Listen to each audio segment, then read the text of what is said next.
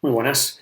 Vamos a dar inicio a esta unidad formativa número 3, en la cual vamos a hablar de magnetismo y electromagnetismo, dentro de ese módulo número 1, electrotecnia, y evidentemente dentro del curso de electrificación del transporte. De acuerdo, a partir de aquí, este núcleo formativo número 1 de esta UF3 hablará de principios de magnetismo, en la cual pues, vamos a exponer los siguientes conceptos. En primer lugar, hablaremos de las propiedades de los materiales ferromagnéticos. Hablaremos del principio de magnetismo aplicado a imanes, aunque ya veremos que posteriormente, en núcleos formativos posteriores y la próxima unidad formativa la haremos en la aplicación a las bobinas. Hablaremos de la polaridad de los imanes y el poder de atracción y repulsión. Hablaremos de los tipos de imanes, imanes tanto naturales como artificiales, y dentro de los artificiales, que serían los de aplicación industrial, hablaremos de los temporales y de los permanentes, ¿de acuerdo? Y a partir de aquí definiremos la estructura molecular de los imanes, y que hará referencia a esa definición o a esas propiedades de los materiales, perdón, de los imanes tanto temporales como permanentes dentro de los artificiales, y hablaremos de una aplicación, la aplicación más extendida, que sería el uso de los imanes permanentes en motores, concretamente en la parte del rotor, ¿de acuerdo? Para evitar pues, las alternativas que existen en la industria, que serían los colectores de gas y los anillos rodantes, ¿de acuerdo?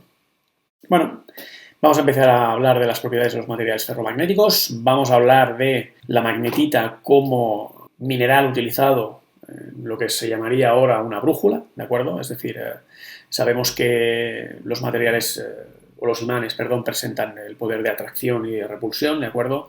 Y bueno, que son capaces, pues evidentemente, de mover la aguja de una brújula, ¿de acuerdo? A partir de aquí, pues bueno, los antiguos navegantes de la antigua China, ¿de acuerdo? Pues utilizaban esta magnetita y, bueno, pues ellos descubrieron lo que es actualmente una brújula, ¿de acuerdo? Ellos cogían esta magnetita, la colocaban sobre un corcho, ¿de acuerdo? Y este corcho pues se colocaba sobre un pequeño recipiente, un cubo de agua, y a partir de aquí pues tenían esa orientación siempre al polo norte geográfico, ¿de acuerdo? Que les servía pues como principio para poder navegar, ¿de acuerdo?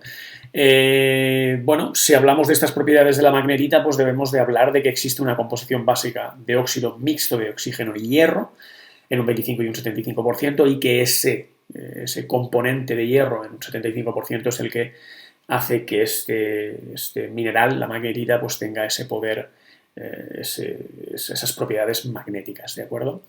Bueno, sigamos con esas propiedades de los materiales ferromagnéticos, en la cual, pues evidentemente, la primera es la generación de campos magnéticos y la atracción y repulsión frente a otros materiales ferromagnéticos, que es un poco pues lo que realiza la Tierra con esa magnetita para servirnos, para poder utilizarlo como una brújula, ¿de acuerdo? Bueno, a partir de aquí existen unos principios de magnetismo referentes a un imán, ¿de acuerdo? Ese imán es compuesto mayoritariamente de hierro o aleación de hierro, ¿de acuerdo? Puede ser, esos imanes acaban siendo de unas formas definidas básicamente en forma de barra, herradura o círculo, ¿de acuerdo? Y evidentemente presentan esa propiedad de atraer o repeler materiales metálicos que contengan básicamente hierro, aunque también existen dos materiales ferromagnéticos que serían el níquel y el cobalto, ¿de acuerdo? Bueno, a partir de aquí existe una polaridad de un imán, existen unos polos magnéticos dentro de un imán, como vemos aquí tendríamos un polo norte y un polo sur, ¿de acuerdo? Y una línea neutra, que sería la línea de intersección entre estas dos polaridades del imán, ¿de acuerdo? Esos polos magnéticos, pues bueno, sabemos que presentan, como vemos en las imágenes, pues un poder de atracción cuando son polos opuestos y un poder de repulsión cuando son polos del mismo signo, ¿de acuerdo? Bueno, a partir de aquí debemos definir qué tipos de imanes existen. Existen imanes naturales, como acabamos de ver con la magnetita, las cuales pues ya directamente de su extracción en la Tierra ya presentan esas propiedades, ¿de acuerdo? Esas propiedades ferromagnéticas, pero también existen imanes artificiales que entre comillas, ha fabricado o ha generado el hombre, ¿de acuerdo? Que evidentemente se fabrican a partir de estos materiales ferromagnéticos compuestos básicamente de hierro, níquel y cobalto, ¿de acuerdo? Y a partir de aquí, pues esos tipos de imanes, como decimos, artificiales, pues tendrían dos aplicaciones o dos tipos, mejor definidos, ¿de acuerdo? Esos imanes temporales en los cuales presentarían las propiedades ferromagnéticas o propiedad de atracción o repulsión en una determinada área en el momento que están influenciados bajo un campo magnético, es decir, si otro imán, o ya veremos con una bobina, está bajo la influencia de ese campo magnético, ese pequeño metal, ¿de acuerdo?, de hierro, níquel o cobalto, pues, bueno, podría tener las propiedades de atraer o repeler otros cuerpos, ¿de acuerdo? ¿Qué sucede en el momento que extraigamos ese campo magnético que ha estado influenciando ese elemento, ¿de acuerdo? Este elemento perdería esas propiedades ferromagnéticas o esas propiedades de atracción y repulsión, ¿de acuerdo? Mientras que en los imanes permanentes, pues esta propiedad de atraer o repeler, ¿de acuerdo? Esta generación de ese campo magnético donde podría atraer o repeler otros cuerpos ferromagnéticos se presentaría durante largos periodos de tiempo, y estamos hablando de periodos incluso de años, ¿de acuerdo? Entonces, ¿qué minerales son empleados en estos imanes permanentes? Son lo que definimos como tierras raras, que también estarían un poquito pues, en el ojo, en el punto de mira de ciertas marcas de la automoción, puesto que al final son materiales que se van a necesitar pues, para la generación de imanes permanentes en los motores, concretamente en el rotor de los motores de los vehículos eléctricos.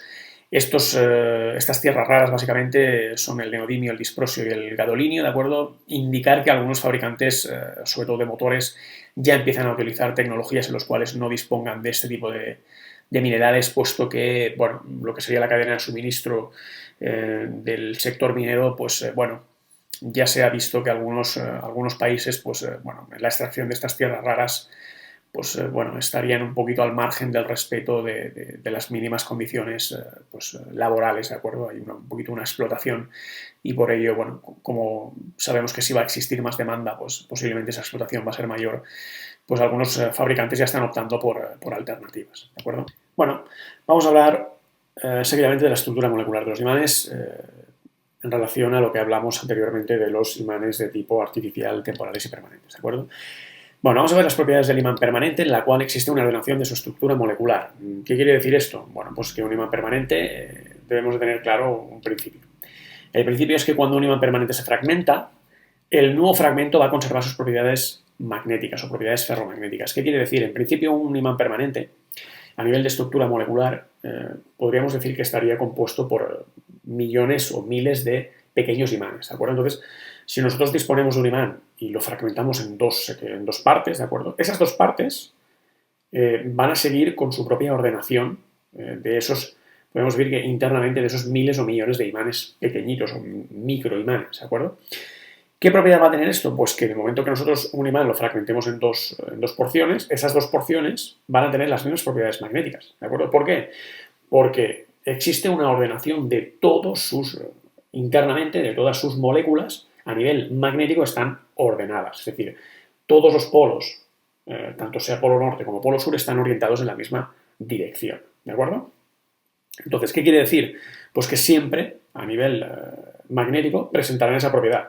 Y si esa propiedad dice que ese imán se va a trocear en trozos más pequeños, internamente va a seguir con la misma propiedad. Por tanto, van a seguir siendo imanes de tamaño reducido. ¿De acuerdo? ¿Qué sucede con los imanes temporales? No sucede lo mismo. Los imanes temporales, en principio, serían pues, como un mineral más, ¿de acuerdo? Evidentemente con un contenido de hierro, níquel o cobalto elevado, ¿de acuerdo? Pero ¿qué sucedería? En principio, y por defecto, no tendrían esa estructura molecular tal y como tiene el imán permanente. Es decir, esos imanes interiores no estarían ordenados todos hacia la misma dirección en el polo norte y en el polo sur, sino que estarían desordenados. ¿Y cuándo se ordenarían para formar un imán? Cuando estén bajo el influjo de otro campo magnético. Es decir, cuando un imán lo acercamos a este fragmento, por ejemplo, un fragmento de hierro, veríamos que ese fragmento de hierro se ordenaría a nivel de estructura molecular cuando estuviera bajo el influjo de ese campo magnético. Pero si deja de tener ese influjo de ese campo magnético, vuelve a su, podríamos decir que, no ordenación de su estructura molecular. ¿De acuerdo?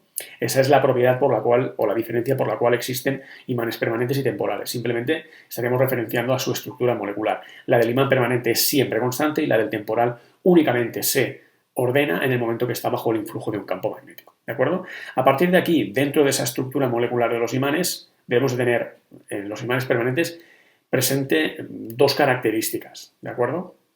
La cual hemos dicho que ese imán permanente siempre es un imán permanente, aunque lo seccionemos o lo rompamos en varias porciones, pero tenemos que atender de que hay dos casos en los cuales no va a ser así. En el momento que reciba un golpe de una determinada fuerza, se va a perder su estructura molecular, es decir, no va a volver a ser un imán permanente. Y en el momento que reciba una temperatura muy, muy elevada, ¿de acuerdo?, va a poder estar de la misma manera desordenado a nivel molecular y no va a poder volver a reordenarse en su estructura molecular. Por tanto, va a perder esas propiedades de imán permanente. ¿De acuerdo? A partir de aquí existen unas aplicaciones de los imanes permanentes, las más básicas o más de mayor importancia en lo que sería el vehículo eléctrico es el motor generadores.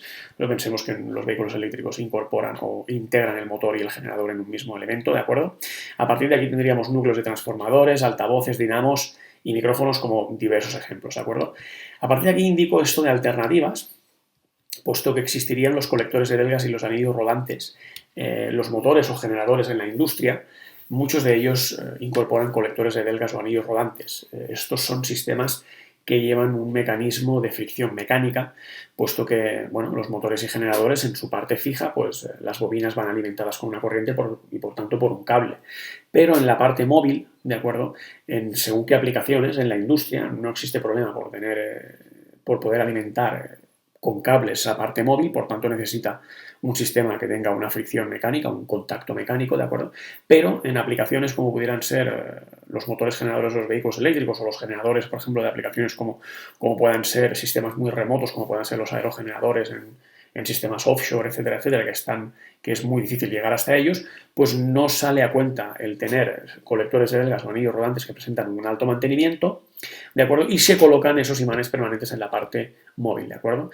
¿Qué inconveniente tiene estas alternativas? Pues que presentan altos niveles de mantenimiento y, como digo, en según qué aplicaciones, pues no son óptimas.